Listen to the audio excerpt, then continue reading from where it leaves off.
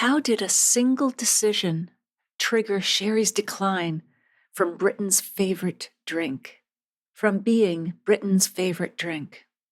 What would it take for sherry to make a comeback after decades of decline? And how can you make the most out of your trip to the sherry region of Spain? In today's episode, you'll hear the stories and tips that answer those questions in part 2 of our chat with Ben Howkins, author of a new book on sherry. If you didn't hear part 1 from last week, that's okay. You can listen to this one, and then when you finish, go back and have a listen to that episode. By the end of our conversation, you'll also discover why Pedro Ximénez was once considered too valuable to bottle on its own, why Shakespeare mentions sherry so often in his plays, how the collapse of sherry sales unexpectedly created a rare opportunity for wine lovers, why Ben believes the world's finest old sherries remain one of wine's greatest bargains, why small independent bodegas are giving Ben renewed hope for the future of sherry, and how Ben helped revive one of Europe's oldest and most celebrated sweet wines after the fall of the Iron Curtain, and what 5 petunias means for a bottle of Tokai.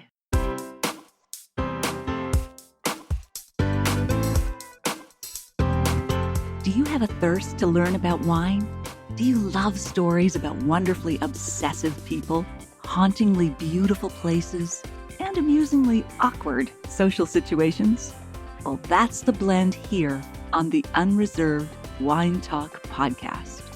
I'm your host, Natalie McLean, and each week I share with you unfiltered conversations with celebrities in the wine world, as well as confessions from my own tipsy journey as I write my 3rd book on this subject. I'm so glad you're here. Now pass me that bottle, please, and let's get started. Welcome to episode 398. So what's new in the drinks world this week in fur, feathers, and fermentation? A mischievous parrot, aren't they all, in a seaside rum distillery in Cornwall, England, managed to unscrew the caps off of several sample bottles and tip them onto the floor before falling asleep in a barrel stave.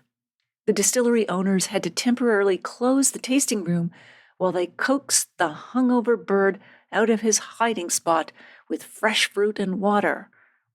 In Jerez, Spain, thousands of people celebrated the June 29th Batalla del Vino by soaking one another in red wine until their white shirts turned purple. It's a local tradition that continues to prove laundry is a state of mind. And in Darwin, Australia, the 50-second beer can regatta sent homemade boats made mostly from cans across the Mindale Beach, where Scotty Hannaford's Down Under Safari Pirates won the main race for the 2nd year in a row. Good going, mate. A rival, the Australian Defence Force crew reportedly kept its 2,000-can boat together with duct tape and zip ties, which is also the unofficial engineering degree of the summer. In your weird but wonderful scientific fact, did you know peanuts can dance in beer? Researchers studied the Argentine habit of dropping peanuts into beer and found a repeating cycle. The peanut sinks, bubbles grow on its surface, the added buoyancy lifts it, the bubbles detach at the top, and the peanut sinks again. Happy Hour has its own elevator system. And for your calendar this week, July 15th brings National Gummy Worm Day and National Tapioca Pudding Day. The gummy worm traces back to 1981, when the German candy maker Trolli decided to expand on the gummy beer craze. I guess I missed that one. It had helped to popularize. Mark it by dropping a few neon worms straight into a glass of fruit-forward sparkling wine, or freeze them inside ice cubes for a vodka highball. I think that would also be perfect for Halloween. Now, July 16th covers National Cherry Day, National Cherry Limeade Day, National Corn Fritters Day, and National Fresh Spinach Day. One of those doesn't belong. July 17th is National Peach Ice Cream Day. Why not build a peach Bellini float? July 18th stacks up National Caviar Day, National Strawberry Rhubarb Wine Day, National Tropical Fruit Day, and National Sour Candy Day. The 19th is National Daiquiri Day, and in some calendars it's also National Ice Cream Day. The daiquiri traces back to 1898 and an American mining engineer named Jennings Cox, who ran out of gin while entertaining guests in Cuba and improvised with local rum, lime, and sugar instead, a quietly heroic choice. July 20th brings National Lollipop Day, National Vanilla Ice Cream Day, and National Fortune Cookie Day. For lollipops, try a candy-colored spritz, a hard candy cocktail stirrer, or a zero-proof lemonade dressed up enough to look like it owns sunglasses. National 21st closes the window with National Junk Food Day and International Lamington Day. For the Lamington, that Australian coconut and chocolate sponge cake, it pairs well with a coffee liqueur or a splash of coconut rum. Meanwhile, on City TV's breakfast television, we paired great gift wines and spirits with something we all secretly love, or love to hate, dad jokes. And even though the drinks are seriously good, we can still have fun dad style. Father's Day is past, but these drinks and the groans from the jokes live on. So, dads can be impossible to buy for. Last year, my friend got so desperate, she gave her father all her dead batteries. Free of charge! I'm here all week, folks. All right, let's start with the Rotari Arte Italiana Brut from Trento Dock, Italy. Dry humor is all about understatement until it lands and delights, and there's no better match for this than Rotari. It's named after the Lombard king Rotari, who ruled northern Italy back in the 7th century. Strength, clarity, and distinctive identity. This wine embodies all of that. The Trento Dock appellation was the first DOC in Italy dedicated entirely to traditional methods sparkling wine, which is the same labor-intensive process used in Champagne. So you're getting Champagne caliber craft at a much better price. It's made primarily from Chardonnay grown on estate-owned vineyards in the Adige Valley at elevations between roughly 350 and 600 meters above sea level. That altitude gives the wine its signature crispness and minerality. It opens with delicate aromas of ripe yellow fruit, citrus zest, lemon, and freshly baked bread. On the palate, there's a soft, creamy mousse with real texture and a long, persistent finish.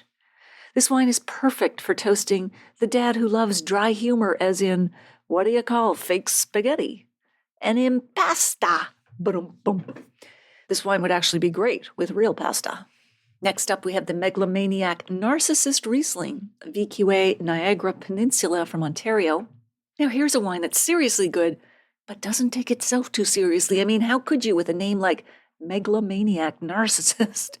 This gorgeous Riesling is an estate wine, so the grapes grow right next to the winery on the Niagara Escarpment. The limestone soil gives this wine its brilliant minerality and racy acidity. That's why this Riesling has won many medals in national and international competitions. This is the last wine available from the 2024 vintage, so when it's gone, so get it now. The wine offers lemon-lime citrus, white flowers, and stone fruit aromas on the nose and on the palate, bright citrus and green apple, crunchy acidity, and a smooth texture. There's also a touch of fruit sweetness balanced by that racy acidity, which makes it so food-friendly. Think spicy Thai or cream sauces. Or pairing this wine with a dramatic joke from the dad who doesn't lack confidence, as in, my wife accused me of being a flamingo, so I had to put my foot down. Then we have the Volcanic Hills Magma Red from the Okanagan Valley in British Columbia. Bold punchlines are striking in their character, and that's exactly what the Volcanic Hills Magma Red is. It's made by a family-owned winery in West Kelowna on the slopes of Mount Boucherie, an extinct volcano that has shaped the region for millions of years. 3 generations have honed their expertise on this vineyard to create a wine that expresses both the land and their perseverance. The Magma Red is a blend where each grape is fermented and aged separately before being brought together, which gives it real complexity. It's just arrived in the LCBO, so we're celebrating that too. And of course, with all Canadian wines, if you're in Canada, you can order directly from the wineries and they'll ship it right to your door. The nose gives you dark plum, cherry, spice, and mint, and on the palate, juicy black fruit, clove, and then deeper notes of leather and cigar box on the finish. It has silky tannins and bright acidity. It's the wine that brings people back for a second glass, and it would be perfect with a thick, grilled ribeye steak. Dad's bold punchline for this wine? Did you hear about the terrific restaurant that just opened on the moon? Amazing food, but no atmosphere. The Tanduay Especia spiced rum from the Philippines. Crowd pleasers are warm, inviting, and work for everyone at the table. Tanduay is exactly that, and the timing is great because June is Philippine Heritage Month.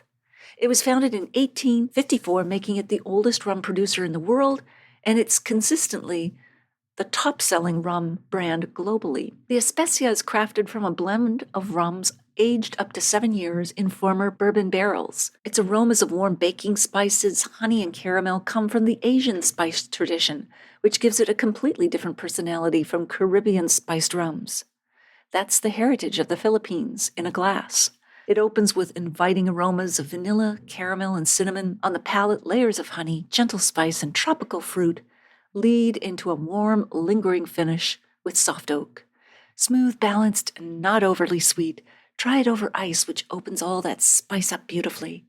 It would be gorgeous with barbecue ribs or chicken skewers to complement the rum's warm spice and caramel tones, or even with grilled pineapple or mango.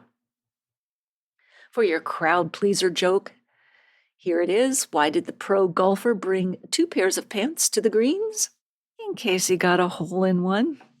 And next we have Clos de Soleil Winemaker's Series Syrah from the Similkameen Valley in BC. Sharp one-liners are precise and leave a lasting impression. And Clos de Soleil does that in the glass. This is the 20th anniversary year for Clos de Soleil, which means Vineyard of the Sun. This winery I consider to be BC's leading Syrah producer and is nestled in the Similkameen Valley, one of Canada's most dramatic wine regions with steep desert cliffs and wild sagebrush.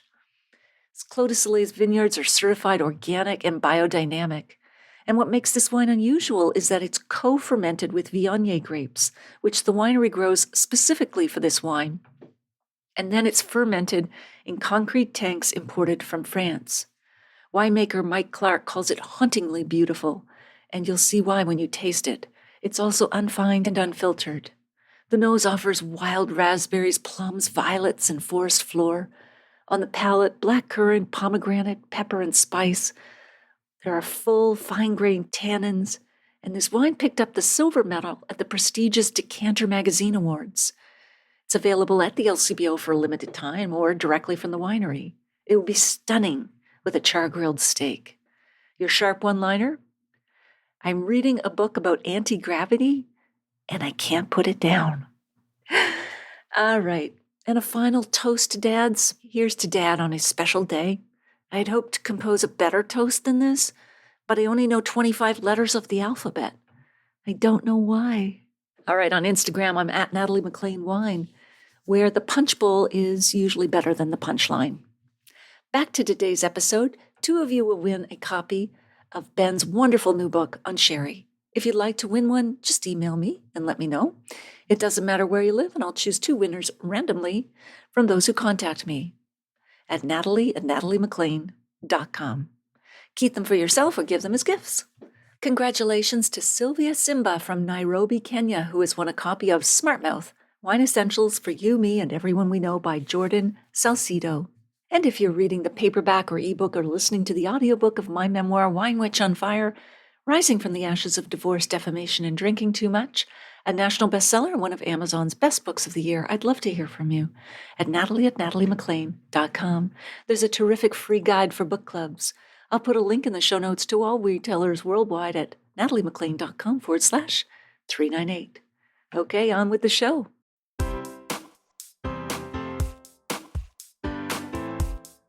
So finally, you write that Pedro Ximénez, is arguably the sherry producer's most valuable Venus asset, and you describe a 1946 PX you tasted as gentle, succulent toffee with gravitas, adding that the senses deepen and bewitch.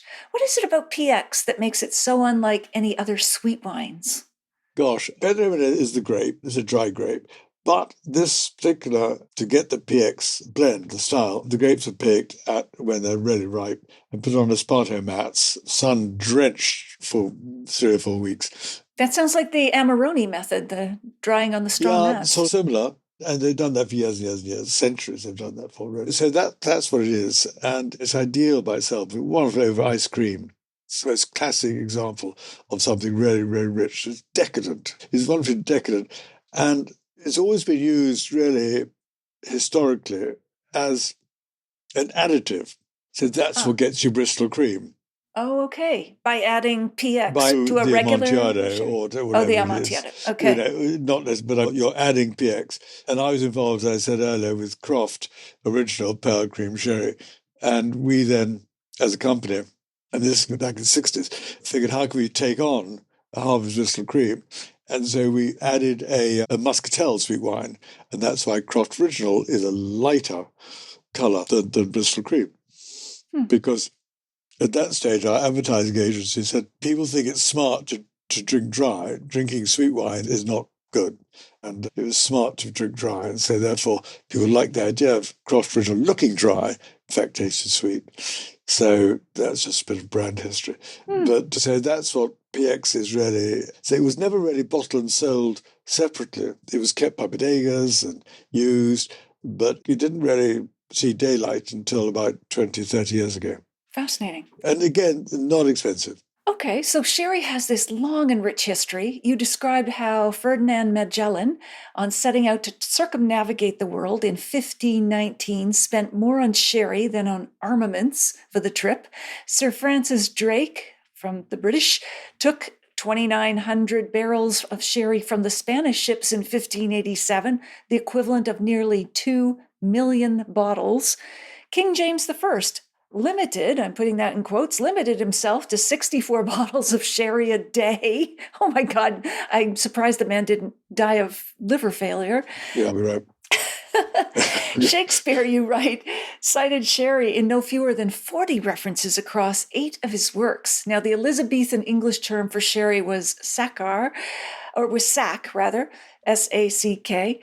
It's from the Spanish verb sacar, meaning to draw out, which probably refers to the practice of drawing wine from a solera or cask when it's ready for consumption.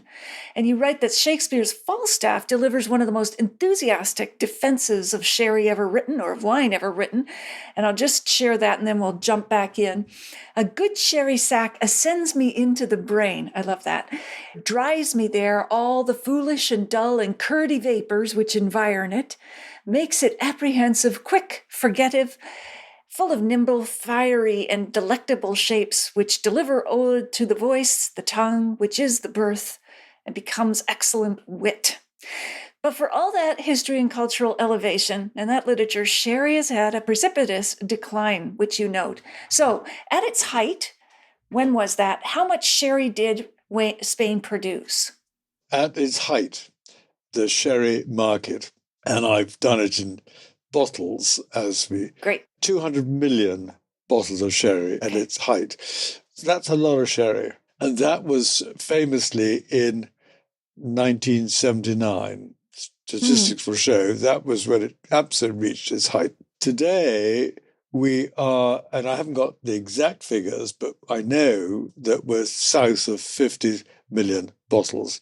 So that's 3/4 of that when it was at its zenith, at its peak. It's been wiped out for reasons that we can talk about. But yes. So that's why the region has, as it were, retrenched to 7,000 hectares.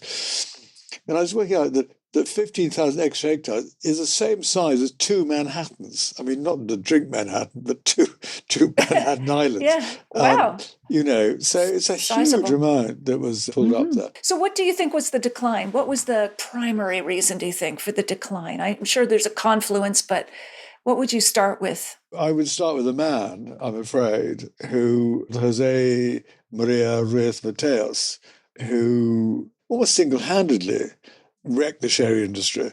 What was happening up until then is that sherry kind of had a unique position in England, which is the biggest market, because you could keep it in a bottle and leave it there. You didn't have to, it wasn't like still wine.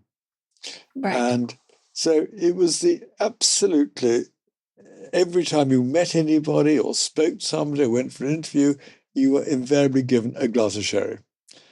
The vicar gave you a glass of sherry. It was just before glasses of wine, before sparkling water, before all these sorts of things. So it had a complete monopoly, in quotes, of our drinking habits. Port as well in the UK, but port is a heavier wine, so this is more the latest. And so this went on. The Bristol Cream, Harvey's Bristol Cream was then the biggest selling wine, selling God knows how many thousands of bottles, but really successful. And this man managed to get a 99-year lease on sole supply of Bristol Cream, which then takes 15 million bottles a year. So that's Harvey's Bristol Cream. Yeah. Wow. So armed with that kind of security, he then went on a big spending spree.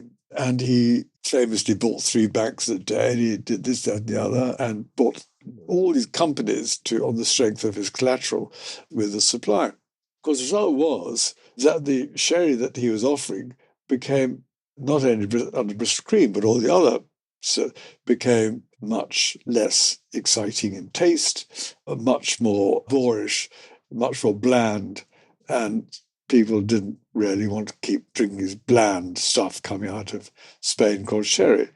And so that's why it's waned completely. 40 years, it's still going down. No region can sustain that really without big changes. And one of the things that we see is price, is that the price of a similar sort of 10-year-old, 20-year-old between sherry and port, roughly port is double the price, was half the price. And that's purely on demand. Cost of production, cost of this and the other. So it's purely on demand. So the costs are the same. It's just the demand is flattening the price. We'll argue certainly that the production costs are higher in the Douro Valley because it's much more complicated and all the rest of it. But basically the costs of corks and bottles and things are the same. Mm-hmm. So it's just that, unfortunately, the margins aren't there in Jerez at the moment to reinvest. Yeah, wow. So let's go back to that man because he seems like a real character. You describe him really well. So he was the son of a small sherry producer. This Ruiz-Mateos became the exclusive supplier to Harvey's of Bristol Cream, best-selling sherry brand in 1964. You describe him as a local boy gone bad, ran debts up to over 2 billion euros, and sent the sherry industry into decline. Now, you also said he was a devout Opus Dei adherent, which I think is a division or sect of the Catholic Church, who on business trips used to suddenly stop the car and start to pray. And you quote the saying that circulated in Jerez, where Jesus managed to turn water into wine, José María succeeded in turning it back again. So this was his low quality, probably perhaps watered down product. But how did someone that colorful and so crooked fool so many serious, sophisticated people for so long? Again, he went outside the sherry region to Montilla, and that's why he was praying, I think, there and all the rest of it there. But he was just we could all think of people in this world today who are doing very charismatic, but crooked. Very charismatic, not doing very good things. Some of them are launching IPOs right now in the tech industry. Anyway. Some of them, we can all think of people in history, but current day, whether it's in the States or whether it's Europe or wherever, who just get away with it. And he got away with it. And Harvest, the company with whom he had this 99-year contract, did see through him, I think 2 or 3 years afterwards, and stopped the sole contract. But he was a manipulator, and he was on a spending spree. The banks would lend him any money against these assets for almost zero interest. There was a export price regulation, but he borrowed money from one company and just moved it around there. And he was just on a spending spree. I mean, I'm sure we can all think of people alive or in our lifetime who have gone on spending sprees. And they usually, I think of several right now, and they usually can't resist going for one more conquest. The one that makes the house of cards collapse, like the Bernie Madoff you've mentioned, a comparison to him. Yeah. Absolutely. And that's what happened. Yeah, you can only shuffle it around so long. So after the Spanish government expropriated his business in 1983, Ruiz-Mateos emerged from prison in 1989, formed a political party that won 2 seats in the EU Parliament, and then started a new business which turned out to be a straight-up Ponzi scheme again and went bankrupt in 2011. And you wrote that most of Jose Maria's 6 sons are now safely behind bars. At what point did it become clear that the damage to the sherry industry was generational, not just temporary, from he and his sons? I think they're still behind bars. I was asking the other day. But before I answer that question, is that when I understood vaguely what Ruiz-Mateos had done, but it was only when I dug deep that I realized what a bombshell that he had delivered the sherry industry. When I said I'm going to write about it, a full chapter to it, people in Jerez got quite nervous. So you mean you're going to write about Ruiz-Mateos? I said, yeah, absolutely, I'm going to write about it. As far as I'm concerned, everything I write is kind of what I hear and backed up, or rest of and they almost said you were very brave writing about him in the terms I did. I had no problem about it, but it just shows still the shadow of his legacy, unfortunate legacy, still hangs just lightly in Jerez there. But I think you could see over time that it was going to be very difficult to get sherry back to where it was. So I think that it was a dawning aspect that it was in a downward spiral. And of course, the counter argument, the benefit for falling sales means that the stock that you would have been selling each year stays with wine cellars. So it's aging more and more, getting more and complex, yes. And the great thing about sherry is that it couldn't happen to a better wine, because actually it will stay happily there for 10, 20, 30, 40, 50, 60, 70, 80 years. So gradually this old stock of wine is being sold and moved out.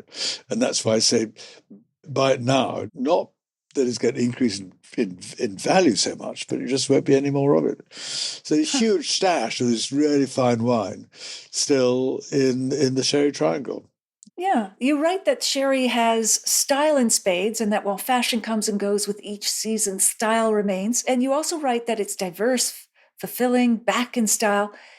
Back in style, share with us some examples. Is it making a comeback somehow with a younger generation, or cocktails, or do you see a resurgence in some respects for sherry? I wish I could look you in the eyes and say yes, but I really think that we're not.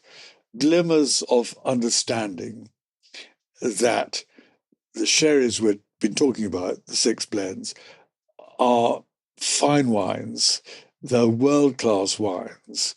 And of course, there are some sommeliers who understand this, and some restaurateurs, and some wine merchants, and all the rest of it there.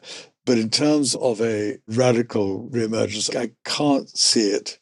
I can't see anything sufficiently tangible to say we're on the up. I'm not that close to it now, but that's my feeling there.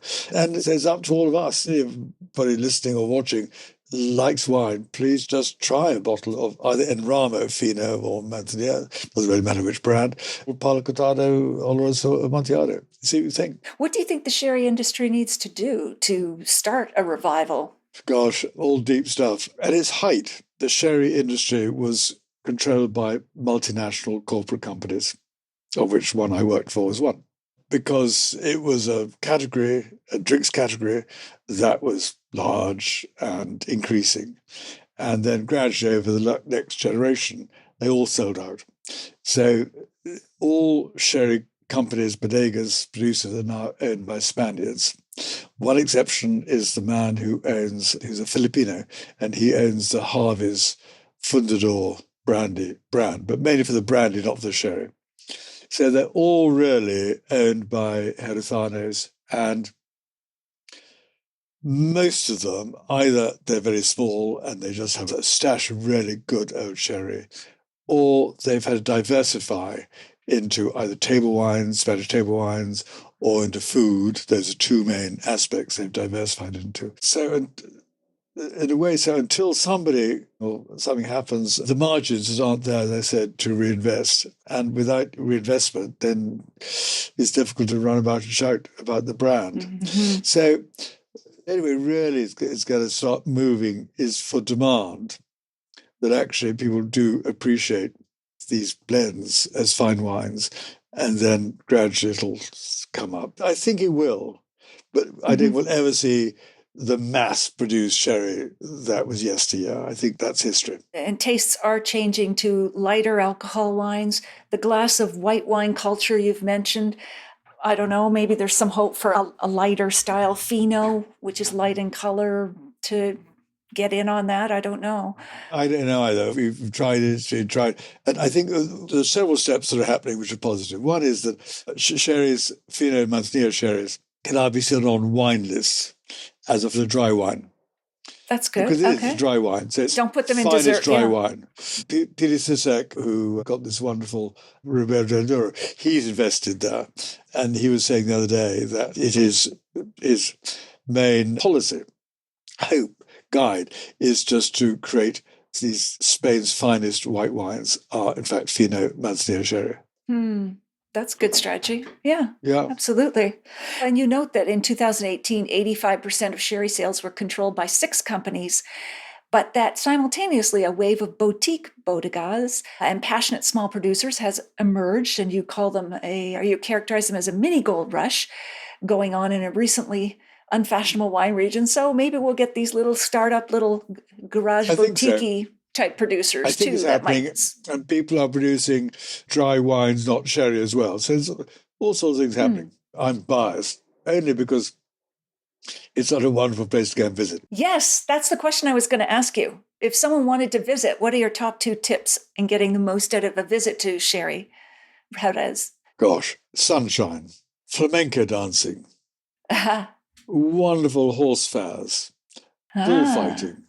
Oh, yes. Seville, a wonderful city, hilltop towns. There's so much to enjoy about the region.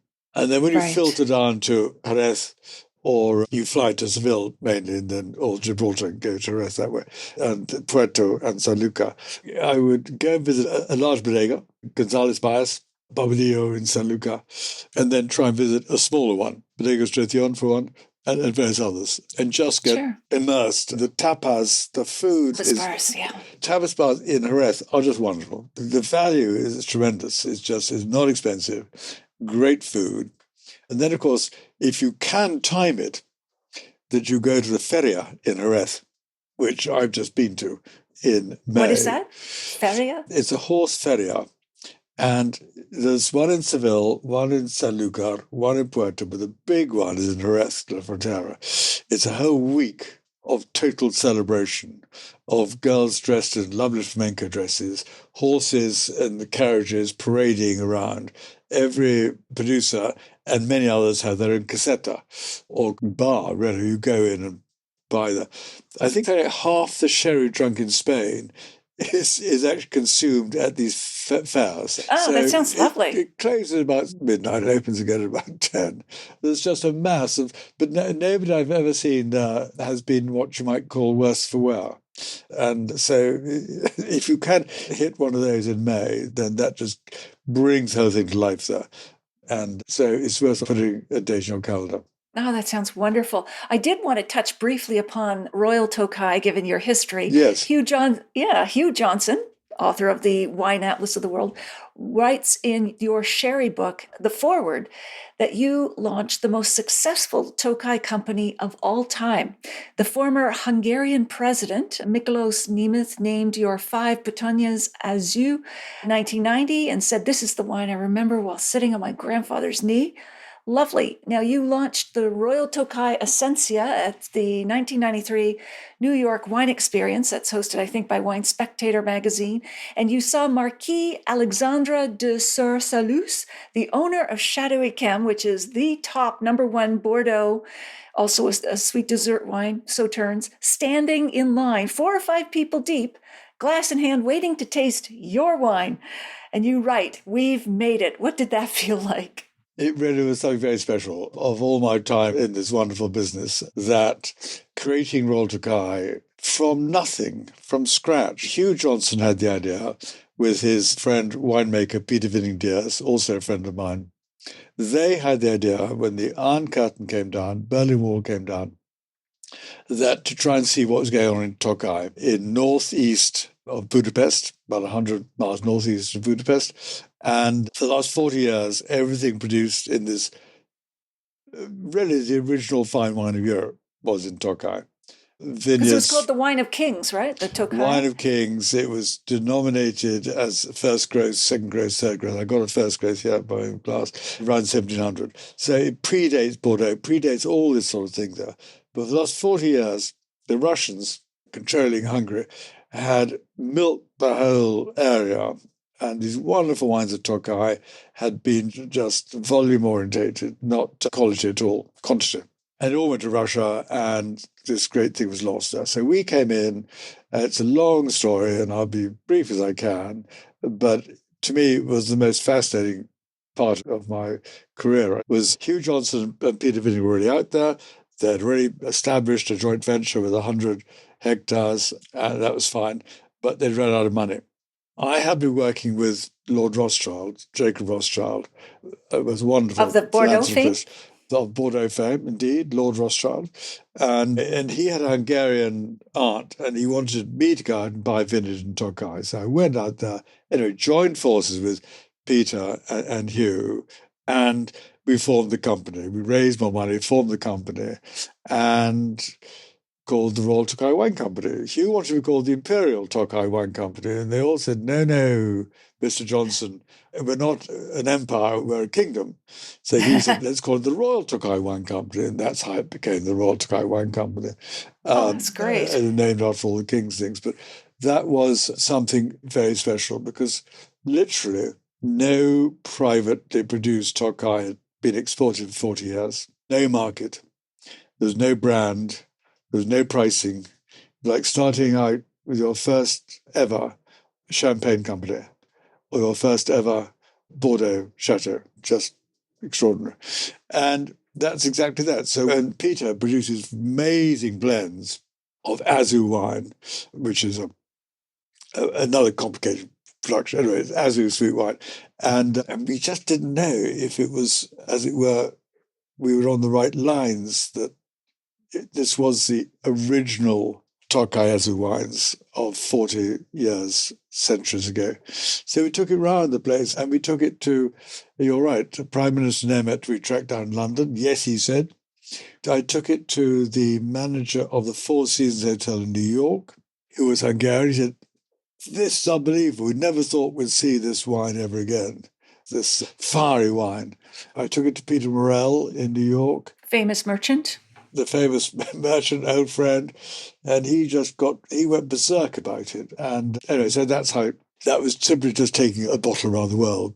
So yes, that was pretty special. So, and just a brief overview, Tokai wines from Hungary's is it Tokai region? Tokaj region? Yes, Tokai, yeah. Tokai, okay. Are either dry whites or sweet wines, and ferment is the dominant grape, prized for its high acidity and aging potential.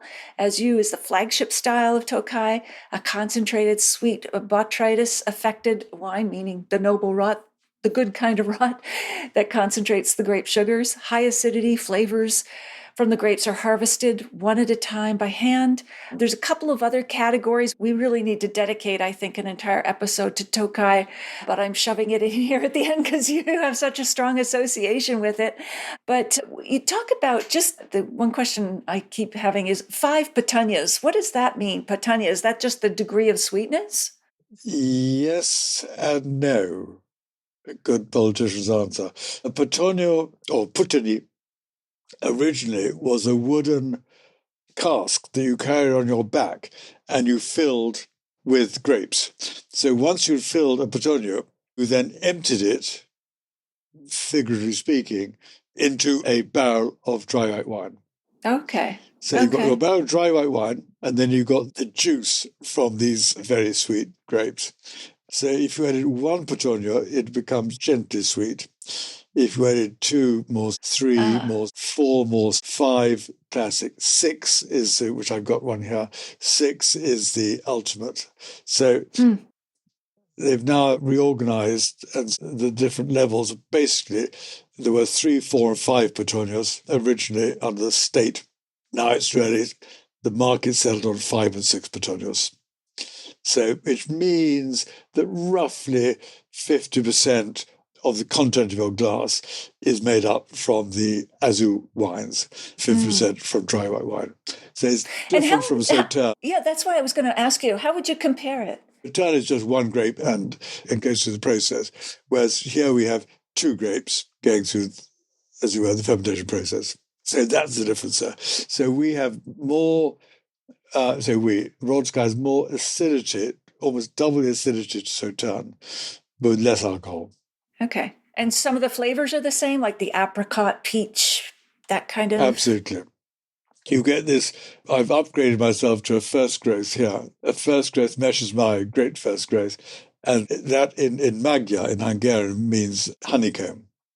Honeycomb, So, lovely. Honeycomb. So that's what you're getting here. That sounds so good. Wow. Okay. It really is. And if you haven't tried, you really just need to try. Go for a 5 Petunias. And okay. Royal Sky, we started out being the smallest because a lot of other large people put money in.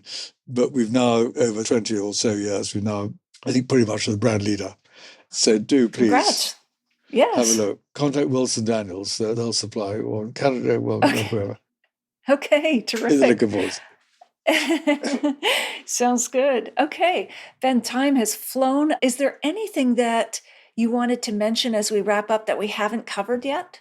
Gosh, I think all I would try and say is that wine is fun. Wine should be fun. And I think consumers, you and me, not get too serious about it. I think we should, and I would enjoy bottles, or it's like going to your favorite restaurants. You want to go to your favorite wines, they talk to you, belong to you. And so, of course, try different things. But if you like one particular thing, stick with it. Stick to your favorite restaurant there. Yes, lots of, just keep going. Absolutely. Keep going. I love that. I'm really inspired to try sherry and your Tokai. So I believe I've had your Tokai, or at least I know I've tried Tokai before, but I've got to get back to sherry because I just have that image too. I know I've tasted Fino and Manzanilla, and I should know better, but my perception is still fortified, end of the meal. I'm that's the thing. Whereas, exactly, yeah. I know. Whereas, of course, but both these two, and I've got these two here, ridiculously, almost identical colour. The sherry's on the left, the Tokai's on the right, by chance. But no, that's the great thing. Fortified is was plus word, and now it's become a negative word in many people's minds. Port's fortified, and they wish they could not call it fortified. And the key thing is, do try Enrama. Fino and Rama. Yes, I'm going to look for that. Any good merchant would have one. It doesn't matter really which particular brand. And I just think you'll get that add-on flavour of floor, which makes it all make sense. Yep. And Royal Sky, start with a 5 Petunias and have it with pudding, have it with dessert, have it with chocolate. Don't wait to the end. And just drink sherry and Tokai and normal white wine glasses. Don't go for special glasses. Okay, yeah. The industry is very keen, both all the Tokai, port and sherry, is not to treat it, as it were, separate as an add-on. As you say, after dinner. Do people want one? No, they've got to try. They've got to go somewhere. Just treat it as normal wine. Okay, then.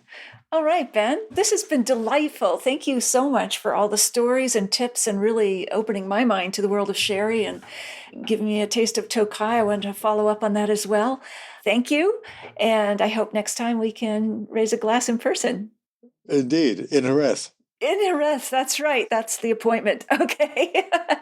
All right. Thanks so much, Ben. Thank you very much, Natalie. Right. Thank you.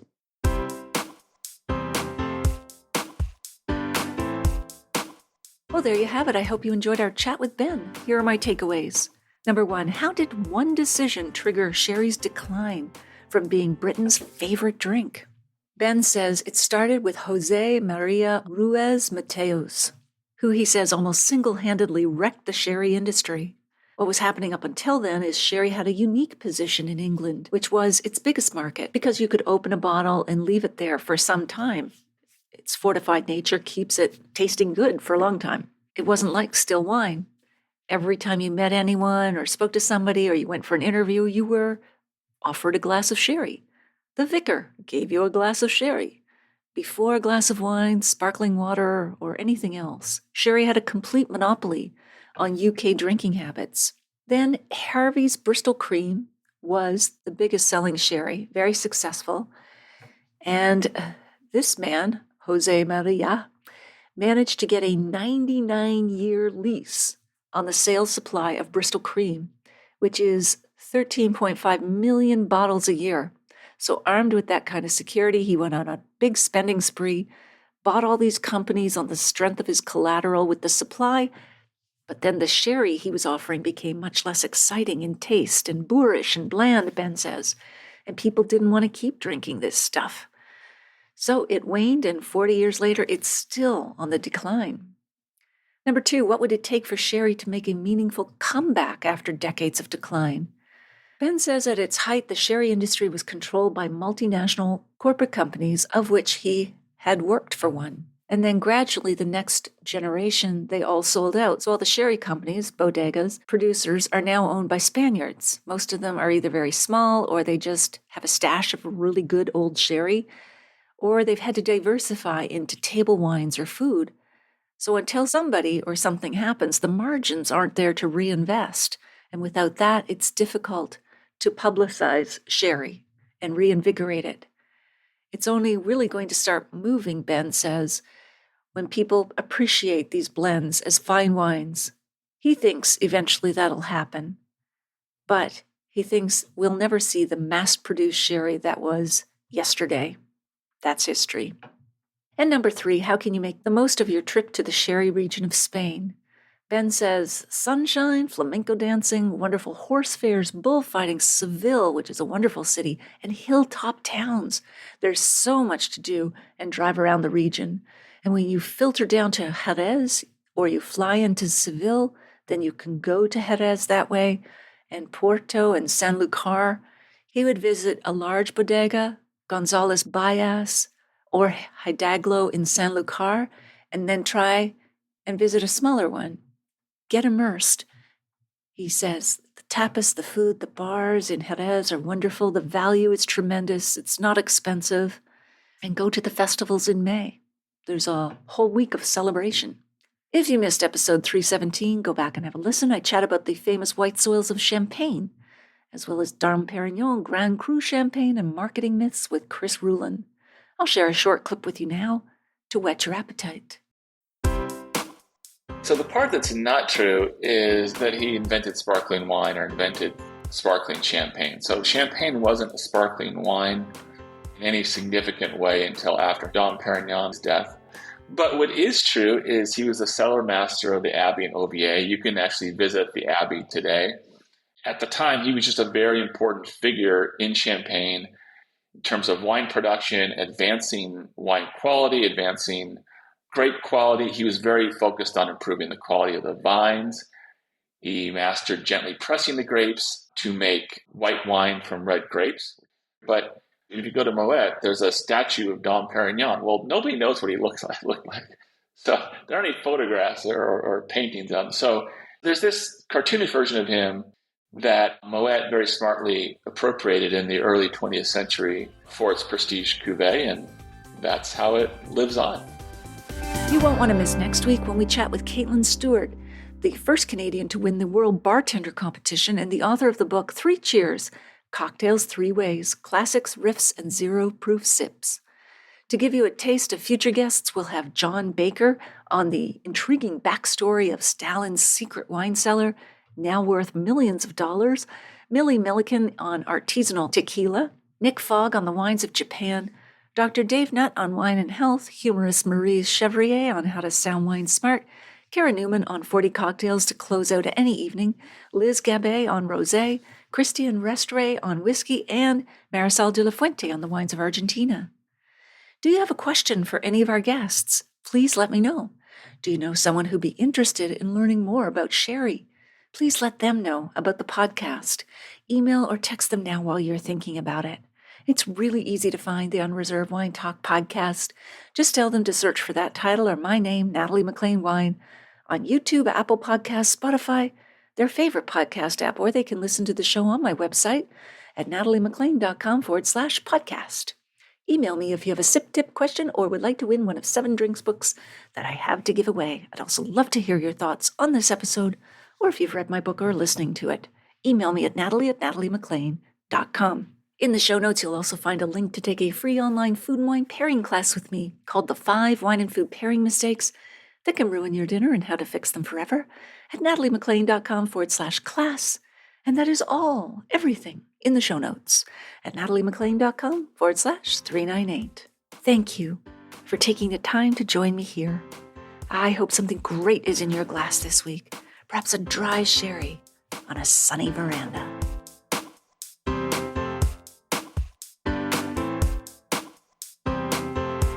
You don't want to miss one juicy episode of this podcast, especially the secret, full-bodied bonus episodes that I don't announce on social media. So subscribe for free now at nataliemclean.com/subscribe. Meet me here next week. Cheers.